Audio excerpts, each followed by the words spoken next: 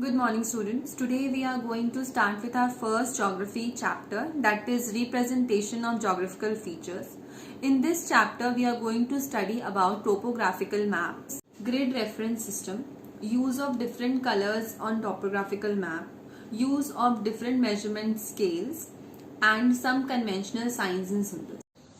So, what are topographical maps? A topographical map is a detailed and an accurate two-dimensional representation of natural and human-made feature on the Earth's surface. When I say natural, it refers to the physical features like landforms, water bodies, etc. But when I say man-made features, that refers to road, canals, wells, dams, etc. These maps are used for a number of applications for camping, hunting, fishing, and hiking to urban planning, resource management, and surveying. Topographical maps of sheets use different types of colors and symbols to show natural and man-made features. It also have contoured lines. So what are contour lines? It is a line on a map connecting points that have the same height above the surface of the earth. Contour lines are imaginary lines that connect the location of similar elevation. Contoured line make it possible to represent the height of the mountain and steepness of the slope on the two-dimensional map surface. The next topic is grid reference system. With the help of grid system in topo maps, we can easily locate the various features. This grid system is based on the horizontal and vertical axis. Okay, the horizontal axis, that is the x-axis, starts from left to right. This is your left and this is from right. This is left to right. Okay, and this is called x-axis.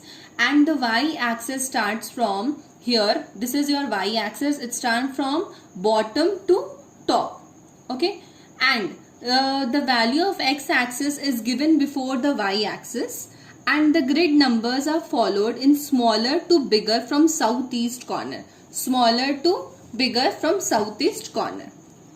So in topographical sheets, we use different colors to identify or locate the various features on the topographical sheet. For example, we use blue color for perennial and water bodies, red color for settlement, cart tracks, roads and grid lines, yellow color for agricultural land, brown color for high relief, contour lines, form lines and sand dunes, and green color for forest and jungle areas, black color for broken grounds, dry stream and heights.